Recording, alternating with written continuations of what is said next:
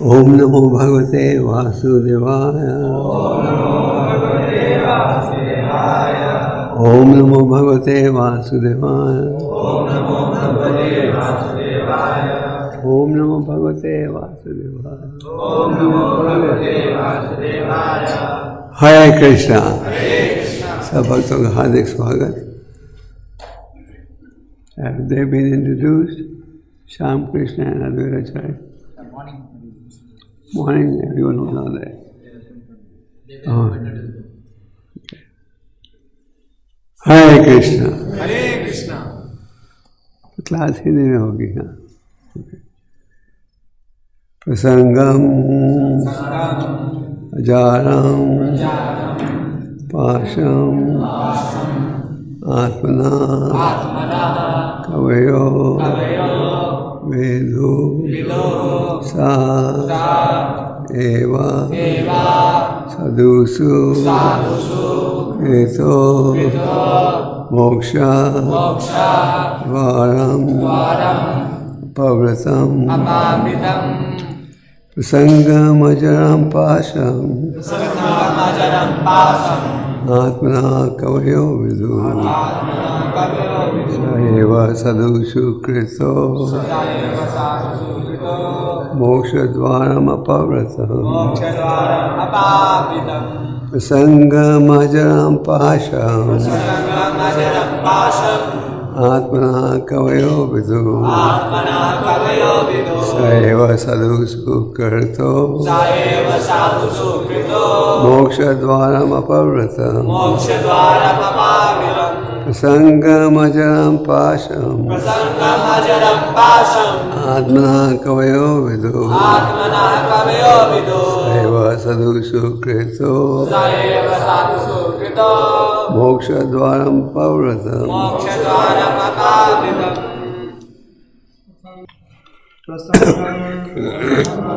आसक्ति अजरम प्रबल पाशम बंधन आत्मनः आत्मा का कवय विद्वान पुरुष विदु जानते हैं स एव वही साधुषु भक्तों में कृतः प्रयुक्त मोक्ष द्वारम मुक्ति का दरवाजा अपावृतम खुला हुआ।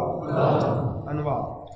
प्रत्येक विद्वान व्यक्ति अच्छी तरह जानता है कि सांसारिक आसक्ति ही आत्मा का सबसे बड़ा बंधन है, किंतु वही आसक्ति यदि स्वरूप सिद्ध भक्तों के प्रति हो जाए तो मोक्ष का द्वार खुल जाता है।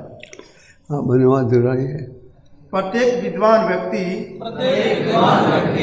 अच्छी तरह जानता है कि सांसारिक आसक्ति ये आत्मा का सबसे बड़ा बंधन है, किंतु वही आसक्ति यदि स्वरूप सिद्ध भक्तों के प्रति हो जाए तो मोक्ष का द्वार खुल जाता है। जगत गुरु श्री प्रभुपाद की। यहाँ पर यह स्पष्ट कहा गया है कि किसी वस्तु के लिए आसक्ति होना बद्ध जीवन में बंधन का कारण है, किंतु यदि यही आसक्ति किसी अन्य के प्रति हो तो मोक्ष का द्वार खुल जाता है। आसक्ति की हत्या नहीं की जा सकती, इसे केवल स्थानांतरित करना होता है। भौतिक वस्तुओं के लिए आसक्ति को भौतिक चेतना कहते हैं और कृष्ण या उनके भक्तों के लिए आसक्ति को कृष्ण चेतना यानी भावनामृत भक्ति कहते हैं। फलतः चेतना आसक्ति का अभिव्यक्ति माध्यम है। यहाँ यह स्पष्ट उल्लेख है कि जब हम अपनी भौतिक चेतना को शुद्ध करके कृष्ण चेतना कर लेते हैं तो हमें मोक्ष प्राप्त होता है। इस कथन के बावजूद कि आसक्ति का परित्याग किया जाए जीव आत्मा के लिए संभव नहीं है कि वह अनासक्त हो, इच्छाविहीन हो सके। जीव में स्वभावतः किसी न किसी वस्तु से आसक्त होने का झुकाव होता है।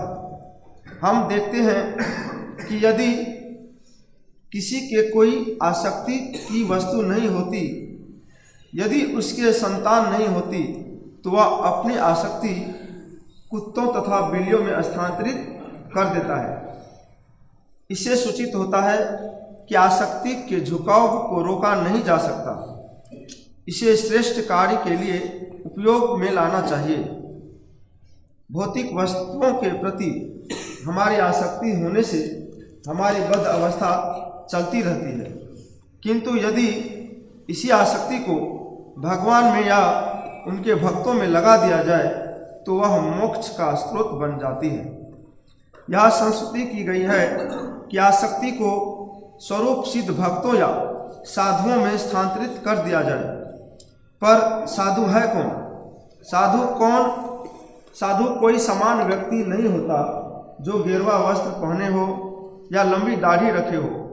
भगवद गीता में बताया गया है कि साधु वह है जो बिना हिचकिचाहट के भक्ति में लगा रहता है, भले ही वह भक्ति के नियमों का दृढ़ता से पालन न करता हो, किंतु यदि परम पुरुष कृष्ण में उसकी अडिग आस्था है तो वह साधु समझा जाता है।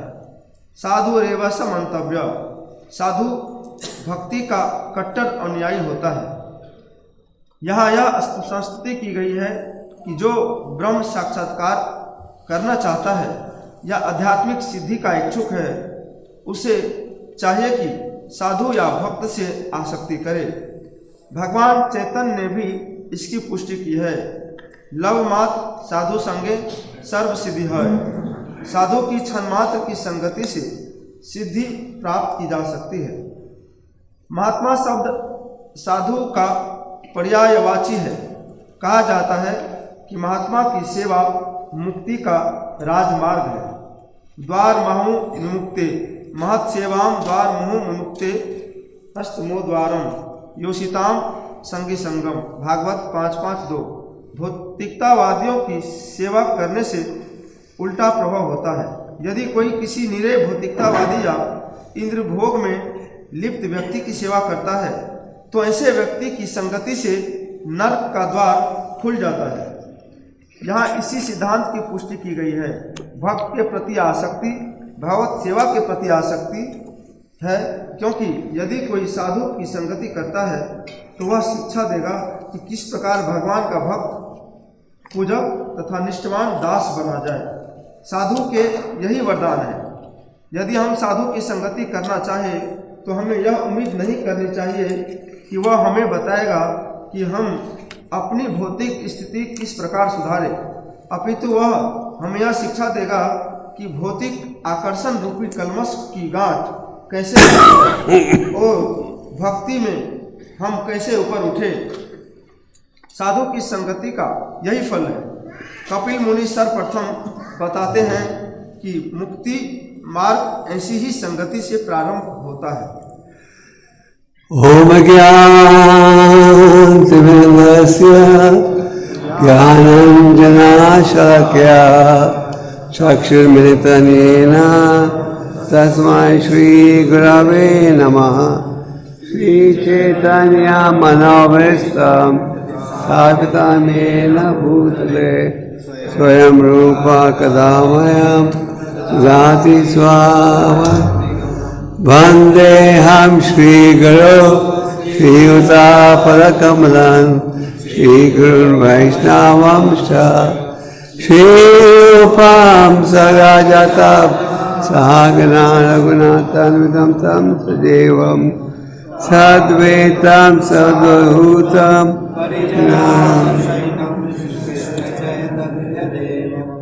श्रीराधा कृष्ण पदान् सहगना ललिता ईर्षाकान्तं च। हे कृष्णा करुणा सिंधु दीनबन्धु जगत्पते गोपेश गोपिकान्त नमः। तप्त कांचन गौरांगी राधे वृंदावनेश्वरी ऋषभानुसूतदेवे प्रणमामि हरिप्रिये वाञ्छाकल्पतरुभ्यश्च कृपा सिन्धुभ्येव च पतितानां पावनेभ्यो जय श्री कृष्ण चैतन्य प्रभु नित्यानंद श्री अद्वैत गदाधर शिवाचार्य गौर भक्त हरे कृष्णा कृष्णा कृष्णा हरे हरे हरे राम राम राम प्रसंगम अजरम पाशम आत्मना कवयो विदो सेव सदुषु कृतो मोक्षद्वारम अपव्रतम। तो इस श्लोक का उच्चारण भगवान कपिलदेव कर रहे हैं और भगवान के अनेक अवतार हैं जिनमें एक अवतार थे कपिलदेव। कपिलदेव ये श्लोक सुना रहे हैं अपनी माता देवहूति को। उनकी माता देवहूति को ये ज्ञान था कि उनके पुत्र स्वयं भगवान के अवतार हैं। अवतार शब्द आज समाज में काफ़ी प्रसिद्ध बन गया है क्योंकि एक हॉलीवुड प्रोड्यूसर ने फिल्म बनाई थी जिसका नाम था अवतार। हालांकि उसका वैदिक शास्त्रों से कोई संबंध नहीं था, पर फिल्म का नाम था अवतार और ये अब हॉलीवुड के एक बड़े प्रसिद्ध डायरेक्टर ने बनाई थी। ये फिल्म सुपर हिट थी, तो इसके साथ लोगों ने अवतार शब्द भी सुन लिया है। अभी आप किसी विश्व के किसी कोने में जाओ को अवतार have you heard of it before, आप कहेंगे हाँ yes we heard of it. पर शास्त्र में प्रमाणिक अवतारों का वर्णन है। तो देवहूति ने अपने पुत्र से प्रश्न पूछा। आप भागवत में देखते हो प्रश्न और उत्तर, गीता में देखते हो प्रश्न और उत्तर। जैसे जब आप पढ़ाई करते हो, इम्तिहानों की तैयारी करते हो तो किताब पढ़ते हो क्वेश्चन एंड आंसर्स। तो भागवत में भी अनेक प्रश्न पूछे गए हैं और उनके उत्तर का हमें लाभ उठाना चाहिए। अगर आप अर्जुन के प्रश्नों को देखो तो कई बार भक्त कहते हैं ये प्रश्न मेरे मन में भी था। तो अर्जुन ने हमारे भलाई के लिए प्रश्न पूछे और भगवान ने उत्तर दिया। तो देवहूति ने इस अध्याय के आरंभ में अपने पुत्र से पूछा, ये बताओ कैसे मुझे इस भौतिक संघर्ष से छुटकारा प्राप्त हो सकता है। ये है वो बुद्धिमान व्यक्ति जो पूछता है कैसे मैं इन कष्टों से निकलूं। ये होना चाहिए हमारा भाव। जब रूप और सनातन गोस्वामी जो कि बड़े प्रसिद्ध भक्त थे और जब वो नवाब हुसैन शाह के राज्य का शासन कर रहे थे, वो महाप्रभु से मिले रामाखेली में। उन्होंने पूछा क्या मैं, आप शिक्षा दीजिए कि हम हैं कौन। तो ये हम सबको इस प्रकार का प्रश्न पूछना चाहिए, हैं कौन, कैसे हम इन कष्टों से छुटकारा प्राप्त कर सकते हैं। तो देवहूति ने कहा तो वो मेरे आध्यात्मिक नेत्र, ट्रांसेंडेंटल आई, तो मुझे शिक्षा दो कि कैसे मैं इस संघर्ष से छुटकारा प्राप्त कर सकूं। एक रूप से देखा जाए आप कहोगे वो तो भगवान की माता थी कि उनके पास ज्ञान नहीं था, उनके पास पूरा ज्ञान था। पर हम सब की भलाई के लिए उन्होंने ये प्रश्न पूछा। उनका प्रश्न क्या था, ये बताओ कि किस प्रकार मुझे भौतिक संघर्ष से छुटकारा मिल सकता है। How can I free myself from the miseries of life? तो उन्होंने कहा तुम हो आध्यात्मिक नेत्र, तुम वो खिलाड़ी हो जो एक्स जिसे पेड़ कटता है। तुम्हारी शिक्षा से मेरी अज्ञानता दूर हो गई। ओम ज्ञान तिमिरंधस्य। अभी आप सबने इस मंत्र का उच्चारण किया। इसका अर्थ क्या है? हमारा जन्म हुआ था अज्ञानता में, पर साधु के संग में आकर अज्ञानता दूर हुई है। जैसे कृष्ण सूर्य सम माया है अंधिकारा, यहाँ कृष्णता है नहीं, माया अंधिकारा। चैतन्य चरितमृत के इस प्रसिद्ध श्लोक में कहा गया है, जहाँ कृष्णा है वहाँ माया का प्रभाव नहीं रहेगा। जिस प्रकार जहाँ क्या सूर्य है अंधेरापन नहीं रहेगा। तो हम जन्म लेते हैं अज्ञानता में, अक्सर फलते हैं अज्ञानता में और मृत्यु होती है अज्ञानता में।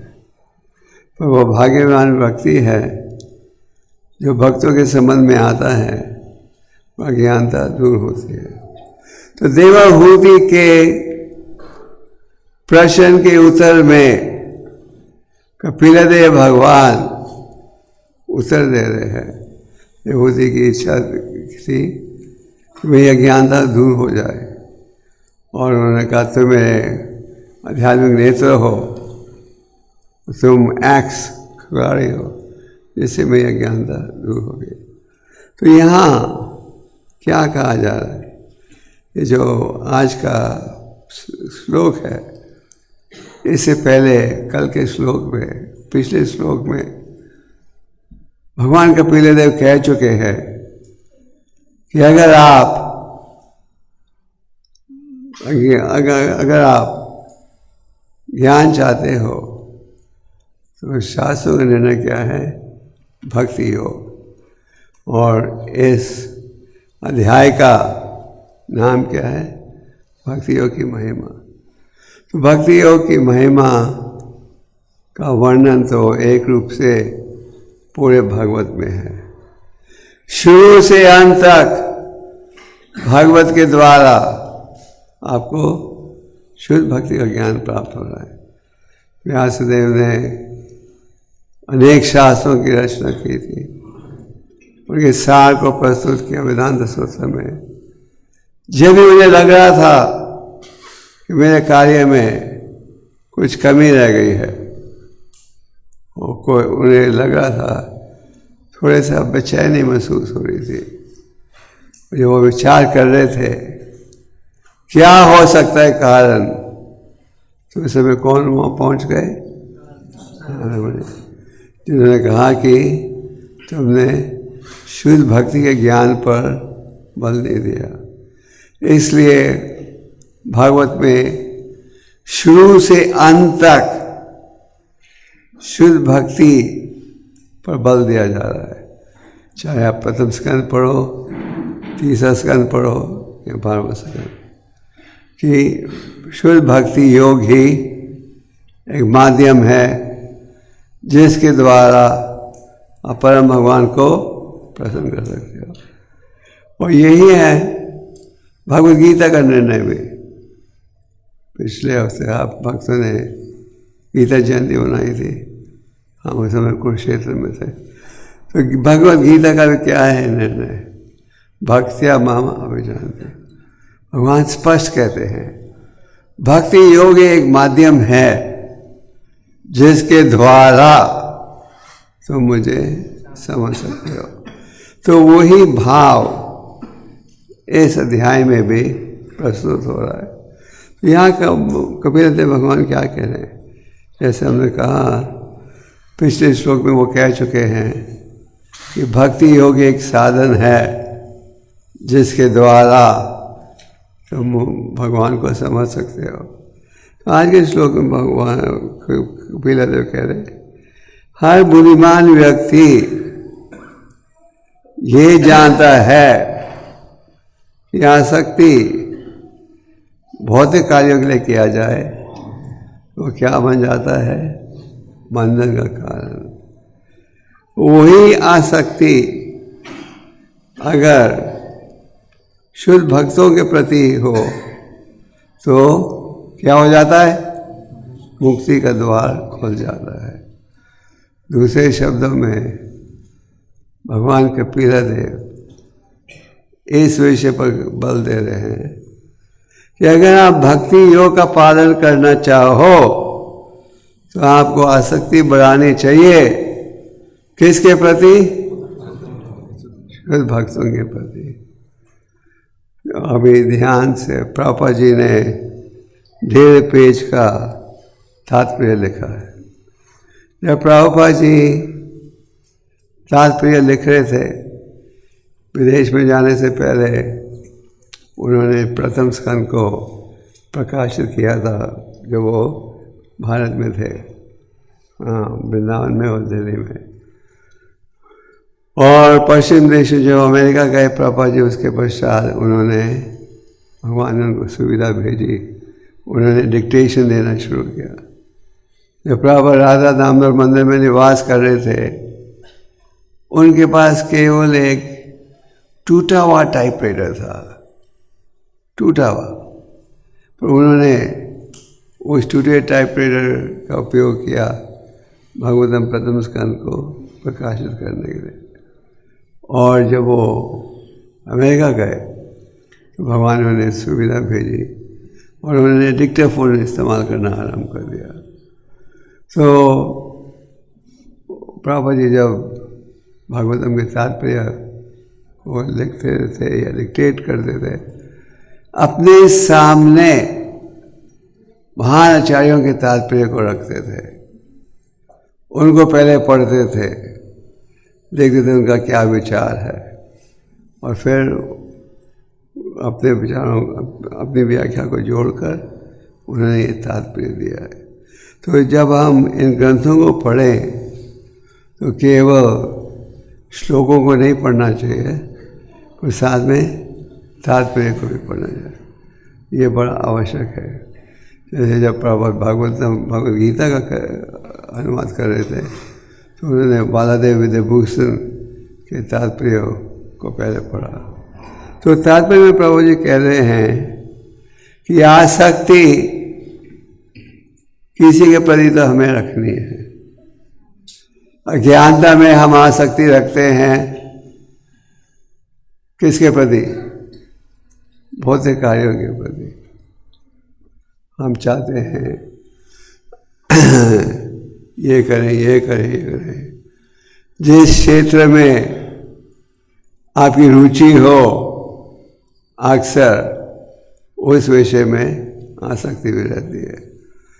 आप क्रिकेट खेलते हो तो उसमें आपकी आसक्ति रहेगी, क्रिकेट के खिलाड़ियों की तरह। आप सिनेमा देखते हो तो फिर भी कलाकारों के प्रति आसक्ति रहेगी, है कि नहीं?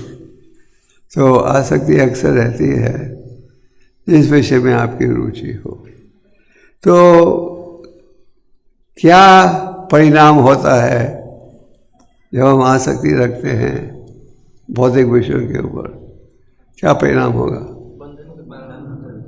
कपिलदेव भगवान कह रहे हैं बंधन में फंसे रहोगे। और भगवान ऋषभदेव कहते हैं न्यूनम प्रमता कुरुते विकर्म।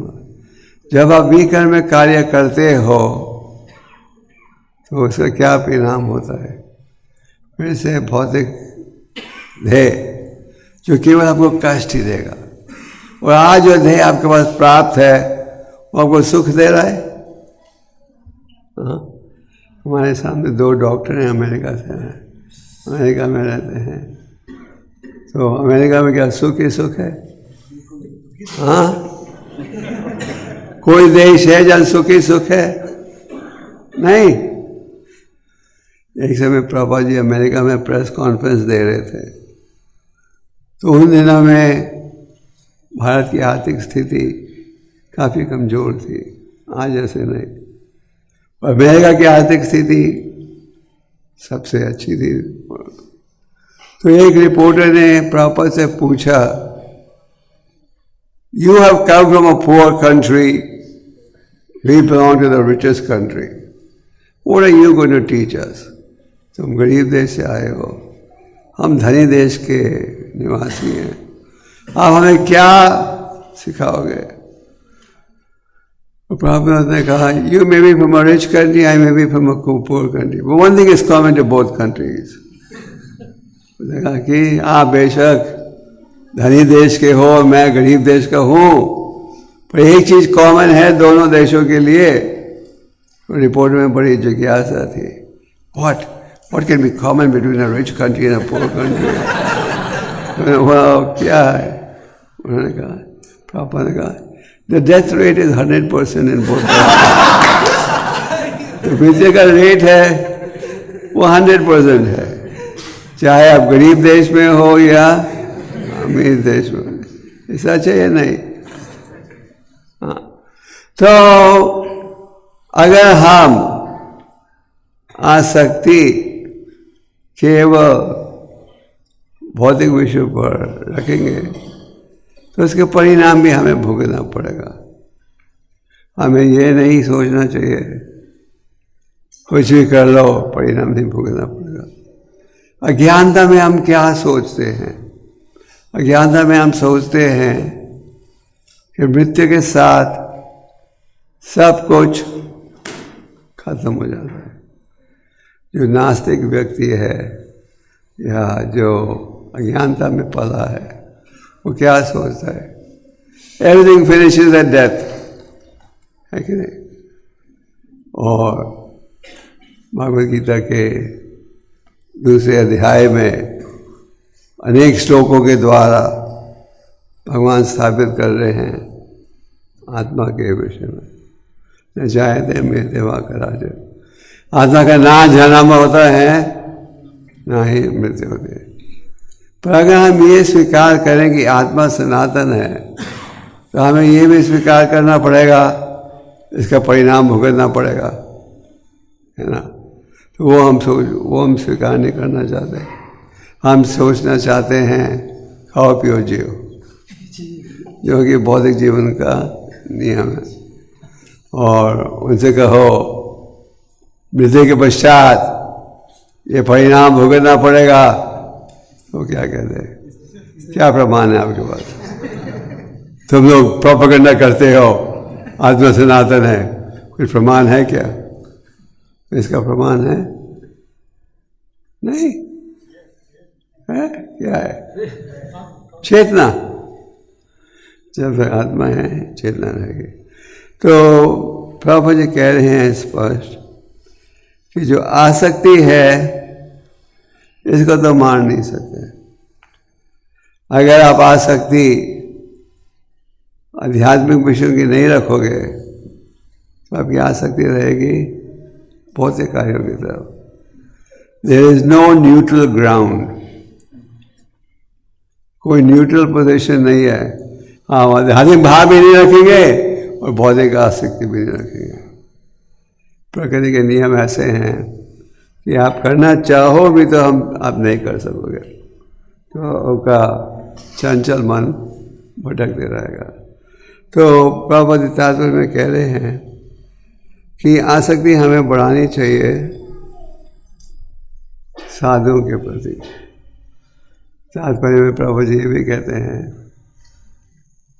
कई स्थितियों में हमारी आसक्ति होती है कुत्ते बिल्लियों की तरफ। प्रभुपाद ने तात्पर्य में तो कहा है कि अगर संतान नहीं हो हम कुत्ते बिल्लियों को संतान बना लेते हैं। पर आज देखा जाता है कि संतान हो तो भी कुत्ते बिल्ली भी संतान बन जाते हैं। भारत में भी काफ़ी फैशन हो गया है। मैं पार्कों में सुबह जा, कई पार्क हैं, आप देखते हो जितने आदमी हैं उतने कुत्ते हैं। पश्चिम देशों में तो पश्चिम देशों में जब आप अपना इंश्योरेंस खरीदते हो तो आपका इंश्योरेंस एजेंट कहेगा, Would you like to insure your dog also?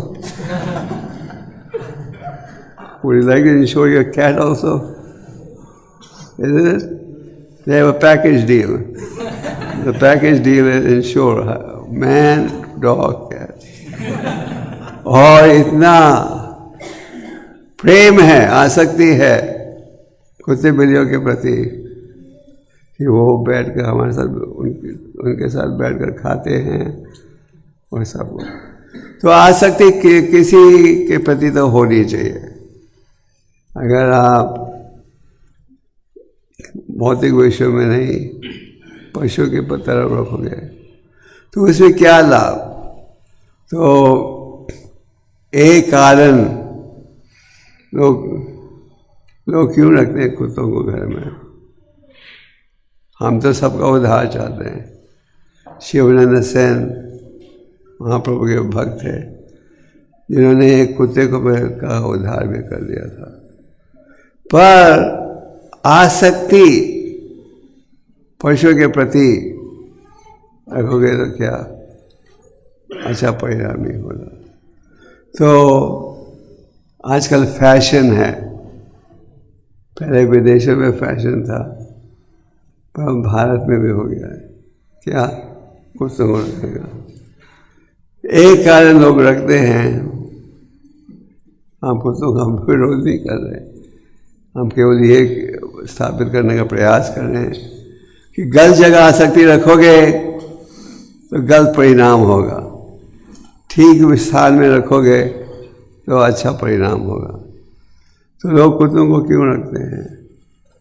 ये अनुभव किया जाता है कलयुग में, पत्नी घर को छोड़कर चले जाती है, बच्चे भी बड़े होते हैं तो बाय बाय कहते हैं डैडी मम्मी को। वो कहते हैं तुमने क्या किया हमारे लिए। पर जो कुत्ते हैं वो मालिक को कभी नहीं छोड़ते, वो कभी नहीं छोड़ते। पत्नी छोड़ के चले जाएगी, बेटा छोड़ के चले जाएगा, नमाज छोड़ कर चले जाएगा, तो अगर आपने घर में कुत्ता पाला है वो आपको कभी नहीं छोड़ेगा। He is fully loyal to you. इसके लिए भक्त कहते हैं yes I want to be a dog of Krishna, कि हम कभी भी कृष्ण को छोड़ेंगे नहीं, ऐसा भाव होना चाहिए। तो विषय ये है कि अगर हम आसक्ति ठीक स्थान में रखेंगे तो उसका अलग लाभ होगा। तो यहाँ कहा जा रहा है हमें आसक्ति रखनी चाहिए साधुओं के प्रति। साधुओं के प्रति आसक्ति रखोगे तो जिस प्रकार प्रभुपाद जी तात्पर्य की समाप्ति में कह रहे हैं, तो फिर आप अच्छे गुण प्राप्त करोगे। इसलिए चैतन्य चरितामृत का एक बड़ा प्रसिद्ध श्लोक है जिसे आप सब परिचित हो, साधु संग सर्वशास्त्र का है, धावा मात्र साधु संग सर्वसिद्धि है। फिर कहा गया है धावा मात्र 1 सेकंड का 14वां हिस्सा, एक पल के लिए भी अगर आप शुद्ध साधु की संगत प्राप्त करोगे तो क्या होगा? आपका जीवन ठीक रास्ते में जुड़ सकता है। एक पल के लिए भी। कई उदाहरण हैं। प्रभुपाद जी जब विश्व की यात्रा कर रहे थे, एक पल के लिए कोई नहीं मिला और भक्ति का बीज का स्थापित हो गया। तो साधु किसे कहते हैं?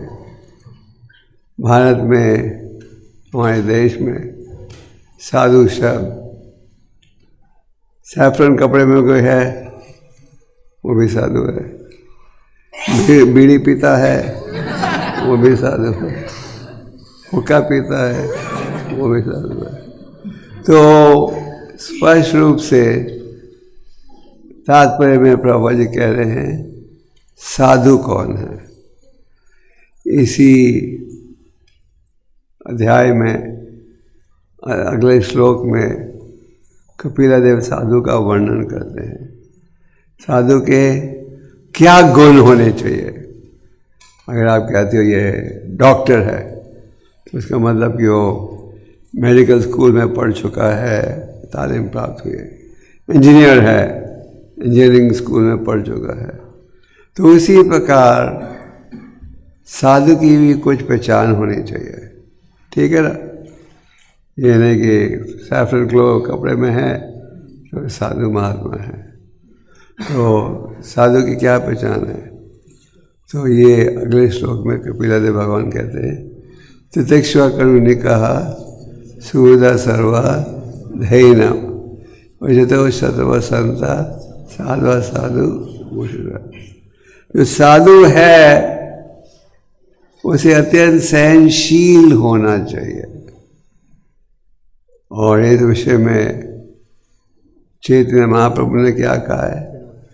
नादपि सुनिचेना रोपि अमानि न मन देना। बौद्धिक समाज में सुख दुख तो प्राप्त होगा। आप देखिए प्रभुपाद जी को कितने सालों के लिए संघर्ष करना पड़ा इस कृष्ण भक्ति की स्थापना के लिए, लगभग 40 साल। 1922 में अपने गुरु महाराज को मिले थे कलकत्ता में, जहाँ की गुरु महाराज ने कहा, तुम पढ़े लिखे युवक हो, ले जाओ चैतन्य महाप्रभु के संदेश को पश्चिम देशों में। तो ये इस आदेश को सफल बनाने के लिए 40 से अधिक वर्षों के लिए प्रभुपाद जी को संघर्ष करना पड़ा, अनेक कठिनाइयों का सामना करना पड़ा। कई समय उनके पास रहने का स्थान नहीं था, पर वो दृढ़ होकर प्रयास करते गए। तो जो साधु है वो कठिनाइयों को भी सह लेता है भगवान की सेवा में। ये नहीं कठिनाई आ रही है तो हम छोड़कर भाग जाए, ये नहीं कि हम सेवा करेंगे पर एक ही शर्त पर, अगर हमें मिले जो हमें चाहिए। उसको कहते हैं अंग्रेजी में कंफर्ट जोन। हम सेवा करेंगे और जब सब सुविधा हो, अच्छी मोटर, अच्छा मकान, अच्छा कमरा, कानपुर की ठंडी नहीं तो प्रचार के दौरान कठिनाइयों का सामना तो करना पड़ता है।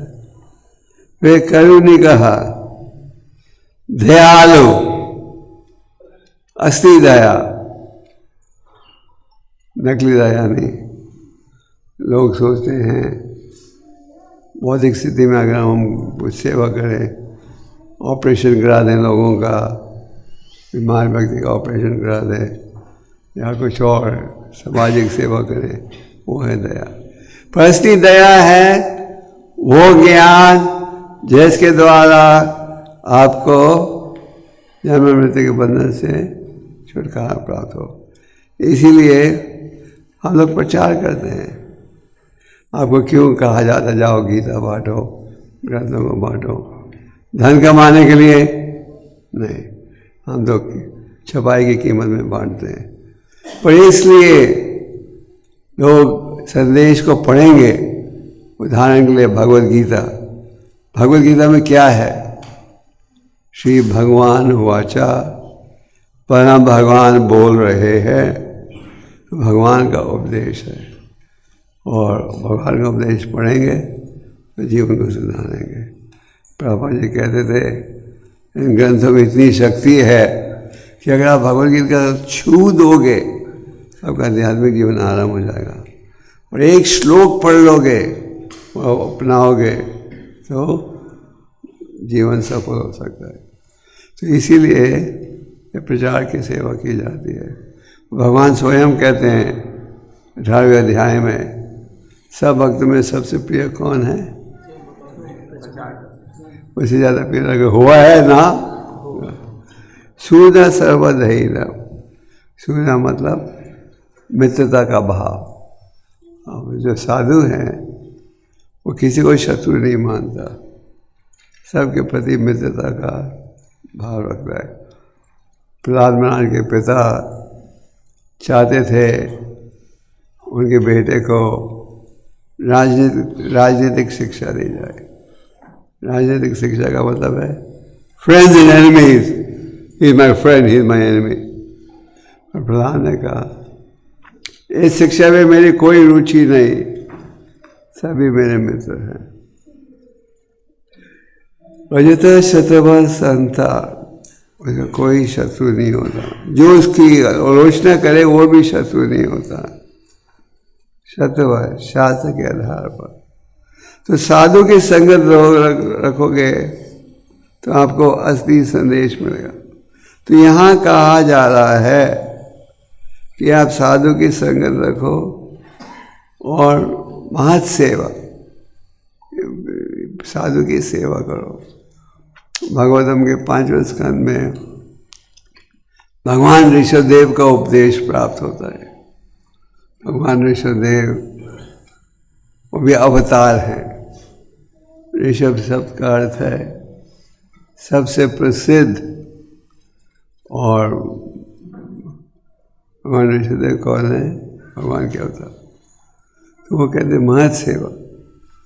पहले श्लोक में तो कहते नाहम दया धया बाजम मिलोगे।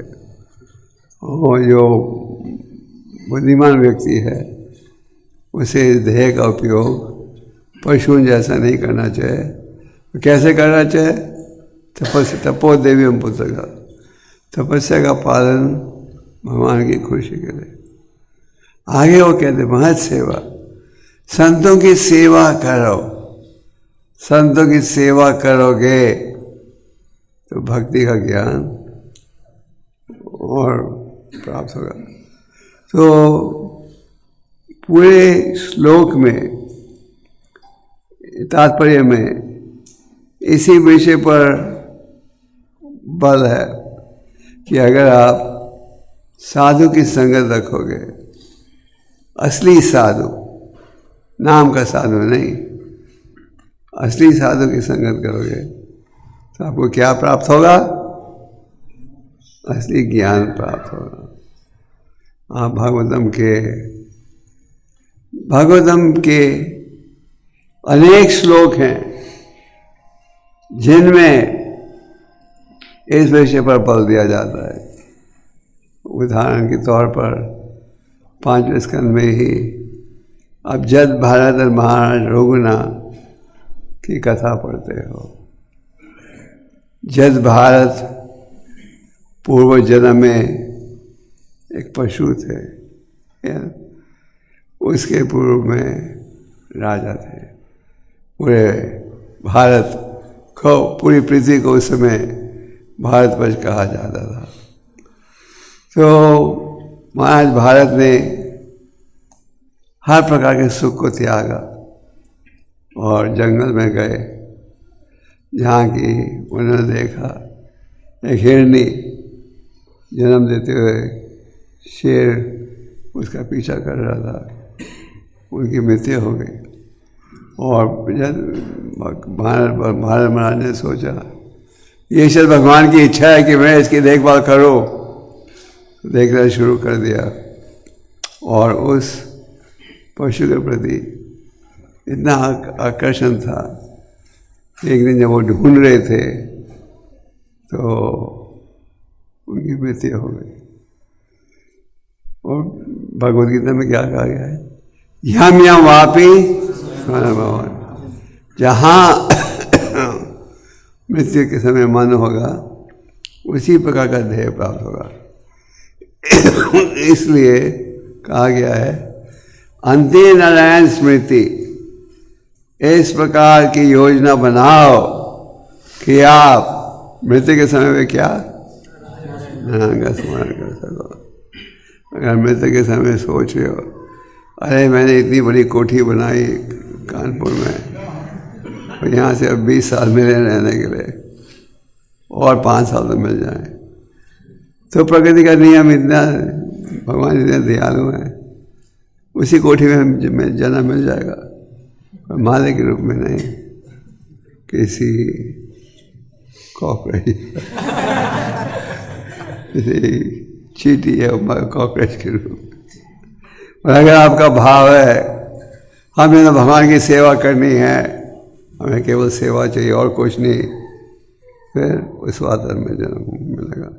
और प्रकृति का नियम क्या है? जिस विषय में आपका अभ्यास रहा है उसी विषय में का स्मरण होगा मिलने के समय। तो जय भारत महाराज रघुनाथ को बड़ा महत्वपूर्ण संदेश दिया है। और जय भारत अंत में कहते हैं शुद्ध भक्तों की संगत प्राप्त करो। उनकी संगत प्राप्त करोगे तो आपको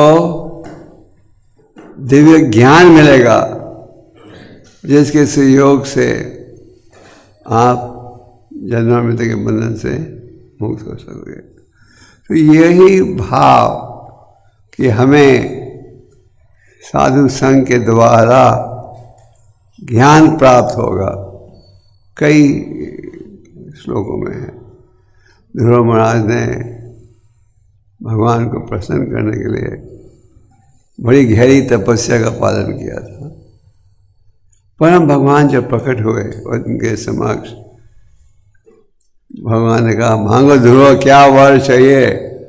उन्होंने तपस्या आरंभ की थी इस भाव के साथ कि बड़ा विशाल राज्य प्राप्त हो, जो किसी को प्राप्त नहीं हुआ था। पर जब भगवान का दर्शन प्राप्त किया तो उन्हें ऐसा आनंद आया कि उन्होंने कहा मैं तो टूटे हुए शीशों की खोज में था, अब मुझे हीरा प्राप्त हो गया। तो ध्रुव भगवान ने कहा ध्रुव मांगो में से क्या वर चाहिए। अगर आप लोगों से पूछा जाए क्या वर चाहिए आप क्या कहोगे? मैंने कहा कि ठीक है। ध्रुव ने कहा अगर आप मुझे वर देना चाहते हो तो ऐसा वर दीजिए कि मुझे उत्तम भक्तों की संगत मिले। उत्तम भक्तों की संगत मिलेगा तो ज्ञान के सहयोग से जन्म मृत्यु के बंधन से छुटकारा प्राप्त हो सकता है। तो यही भाव हमारे शास्त्रों के अनेक श्लोकों में है, तो हमें इसका लाभ उठाना चाहिए। ध्रुव महाराज नारद मुनि भागवतम के 34 स्कंद में कहते हैं कि आप साधु संघ को 3 लेवल या 3 श्रेणी पर प्राप्त कर सकते हो। उनके संगत में आ सकते हो जो आपसे उत्तम भक्त हैं, उनकी संगत में जो आपके बराबर के हैं, और उनकी संगत जो आपसे पीछे है। तो किस प्रकार का व्यवहार होना चाहिए हमारा इन 3 स्थितियों में? अगर आपको उत्तम भक्तों की संगत मिले तो हमें प्रसन्न हो जाना चाहिए। क्यों? क्योंकि आपको ऐसा उपदेश मिलेगा जिसके पालन से आप असली सुख प्राप्त कर सकोगे। इसलिए और भागवत में उदाहरण दिया जाता है, एक मोर जब बादल को देखता है पहली बार तो बारिश के मौसम में तो खुशी में नाचता है। उसी प्रकार भागवत में कहा गया है जब हम उत्तम भक्तों की संगत प्राप्त करते हैं तो इसी प्रकार का आनंद होता है। और जब अपने बराबर के भक्तों को मिला तो मित्रता का भाव होना चाहिए। हाँ, मित्रता के भाव में मिलकर सेवा करते हैं। भागवतम में भगवान ने प्रचेता से कहा मैं तुम सब भाइयों से बड़ा संतुष्ट हूँ, प्रसन्न हूँ, क्योंकि तुम सब भाइयों में एक ही भाव है, भक्ति योग। तुम सब भाइयों का एक ही भाव है कि हम सदा भक्ति योग करें। तो इसी प्रकार हम भक्तों का ये भाव होना चाहिए, चाहे कोई गृहस्थ हो, सन्यासी हो, वानप्रस्थ हो, ब्रह्मचारी हो, हम सबका एक ही भाव होना चाहिए। क्या? कि हम भक्ति योग में जुड़े रहें। भक्ति योग में जो भक्ति के लिए अनुकूल कार्य है उसे करें, और जो भक्ति के लिए प्रतिकूल कार्य है उसे त्यागें। और जब आप उन भक्तों की संगत प्राप्त करो जो कि आपसे कम ज्ञान रखते हैं, तो क्या करो? दया की भावना। उनकी ज्ञानता को दूर करो। भौतिक समाज में जब आप मिलते हो किसी को जो कि आपसे कम आर्थिक स्थिति में है, आप उनको एक्सप्लॉइट करते हो, उनका नाजायज़ फ़ायदा उठाते हो। और भक्ति योग में हम उन्हें दिव्य ज्ञान देते हैं जिसके द्वारा उनका जीवन सुधर सके। तो यही संदेश आगे के 4 श्लोकों में भी प्राप्त होगा। ये जो 5-6 श्लोक हैं बड़े महत्वपूर्ण श्लोक हैं, जिनमें अनेक श्लोकों के द्वारा यही विषय पर बल दिया जा रहा है, साधु साधु साधु साधु। और कहा गया है शुद्ध भक्तों की संगत में आध्यात्मिक चर्चा बड़ी सरलता से हो जाती है। तो हम बार बार सुनेंगे तो अपना सकेंगे। आज हमारा मन इतना ढील है, एक बार सुनने से काम नहीं चलता। इसलिए भगवत में क्या कहा गया है, नास्ता प्रेषो भद्रेशु नित्यम भगवती भगवती उत्तम श्लोक है भक्ति भगवती। नियमित रूप से अगर हम रोज भागवतम को सुनेंगे तो अज्ञानता दूर होगी। इसीलिए प्रभुपाद जी ने नियम बनाया, हर केंद्र में सुबह के समय भागवत का ध्यान और शाम के समय और दिन में क्या सेवा। प्रभुपाद ने कहा this is a devotional sandwich. Sandwich में 2 तरफ ब्रेड होती है और बीच में कुछ टमाटो या चटनी है जो भी। तो सुबह का भागवतम क्लास, शाम को गीता का क्लास और दिन में ऐसे रखोगे तो माया के प्रभाव से बच सकोगे। तो संक्षेप में आज के इस विशेष श्लोक में भगवान अभी माता के प्रश्न का उत्तर दे रहे हैं और इस विषय पर बल दे रहे हैं कि हमें आसक्ति रखनी चाहिए किसके प्रति, शुद्ध साधन के प्रति। और शुद्ध साधन के प्रति आसक्ति रखोगे तो आपको शुद्ध संदेश मिलेगा। वो क्या है, हरे नाम हरे नाम हरे नाम एव केवलम करो न सेव न सेव। इस कलयुग में यही एक साधन है भगवत भगवत। परीक्षित महाराज ने पूछा कैसे होगा कलयुग में प्रजा का उद्धार, पतित होगा।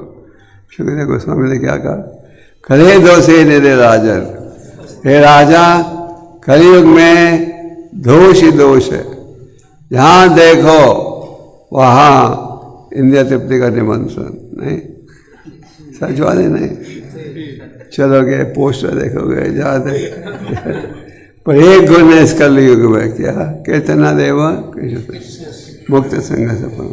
वो क्या है, हरि नाम। तो अगर हम ध्यानपूर्वक हरि नाम करेंगे तो क्या परिणाम होगा, ये जो आसक्तियां हैं काम क्रोध लोभ मोह मद मत्सर्य के प्रति, ये कमज़ोर होते जाएंगे।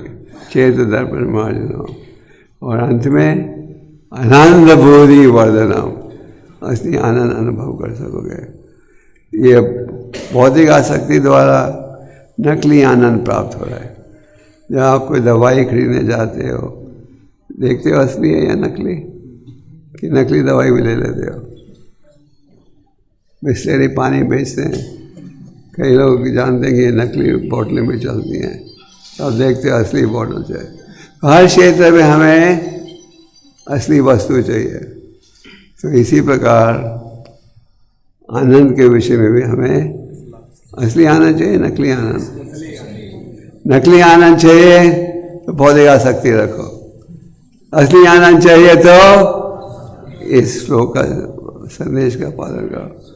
और नाते विदुम स्वर्ग कहते हैं विष्णु प्रहलाद कहते हैं उन लोगों को ये नहीं पता कि असली आनंद कैसे प्राप्त होगा। पर आप सब जो इस्कॉन के साथ जुड़े हो, आप भाग्यशाली हो, आपको शुद्ध संदेश का ज्ञान दिया जा रहा है। इसका लाभ उठाओ और जीवन को सफल बनाओ। हरे कृष्ण। कोई प्रश्न?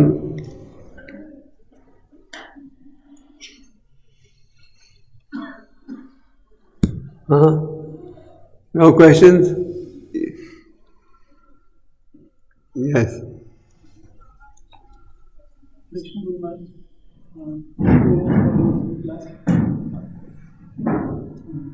Maharaj, like you were saying, getting out of comfort zone. So whenever I hear of tapasya or whenever I have to follow higher standard, the mind gets very Rebellious. rebellious. Oh, you can't do this. You're so young.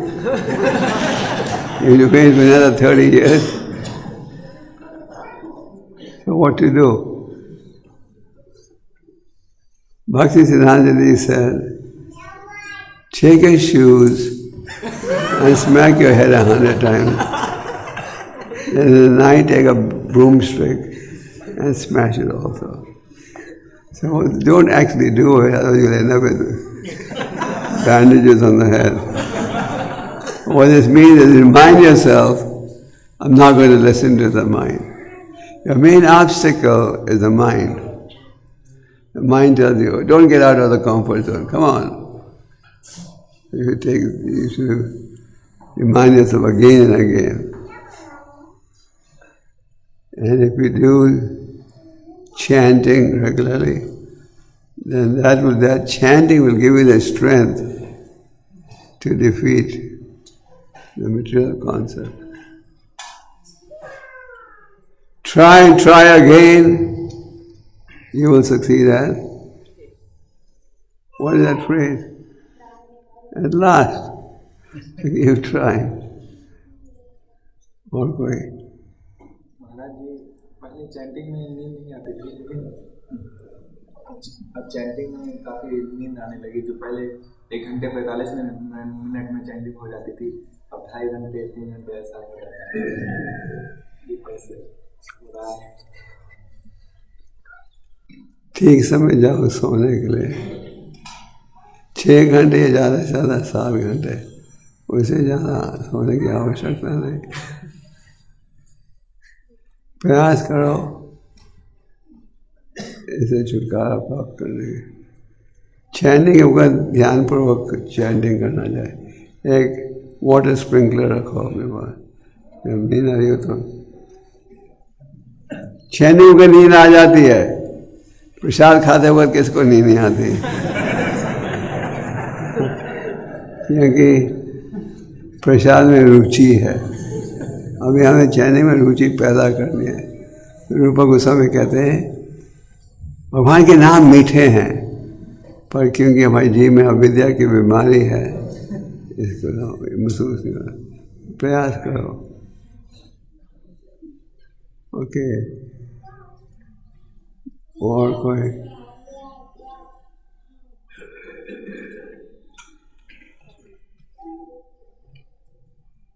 No more questions?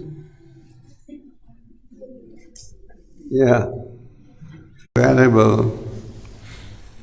only when we follow the instructions.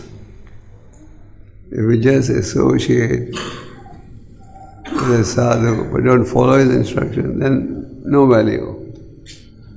Prabhupada dedicates the first canto to his guru and says, he lives forever by divine instructions and the follower lives with him.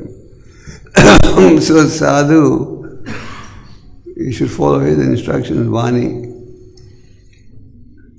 Vapu association is important also, but Vani is more important. Follow the instruction. साधु की संगत का लाभ जब है जब हम उनकी शिक्षा का भी पालन करें। वापू की संगत भी आवश्यक है, उससे ज़्यादा महत्वपूर्ण है वाणी की सेवा। तो जो साधु जो संदेश दे रहा है, हम उनकी संगत में रहते हैं, पर जो संदेश दे रहा है उसकी परवाह नहीं करते तो क्या फायदा? So the important thing is follow the instruction. Okay?